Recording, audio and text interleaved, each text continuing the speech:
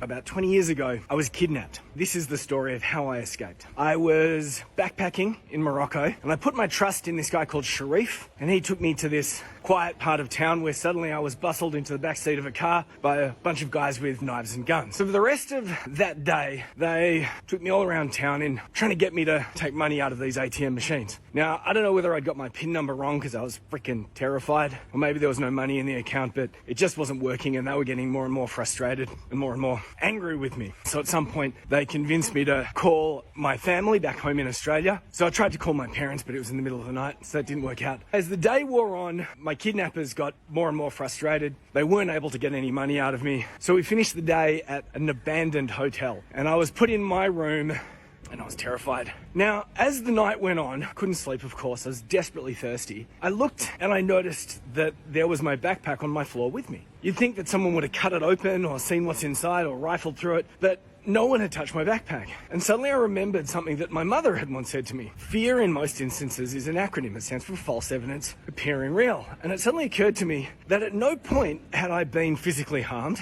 At no point had anyone made a direct threat. And I suddenly thought maybe the consequences for harming a tourist are very high. But however, the consequences for bullying someone into giving you their money are not that high. So I went and I got my bag and I took one small step. Very important thing in business to know that when you're stuck in a place of inaction, you need to find a way to create some momentum. Momentum creates momentum. So I took one small step and I picked up my bag and I took one small step to the door. And I got to the door and I turned the handle, which was terrifying, but I did it. And the handle turned and the door was not locked. I went through the door. And on the other side of the door, there was this young man with a rifle across his knees. And he looked up like he was busted, because he was busted napping. And the more that I looked, the more I noticed that the rifle didn't actually seem real.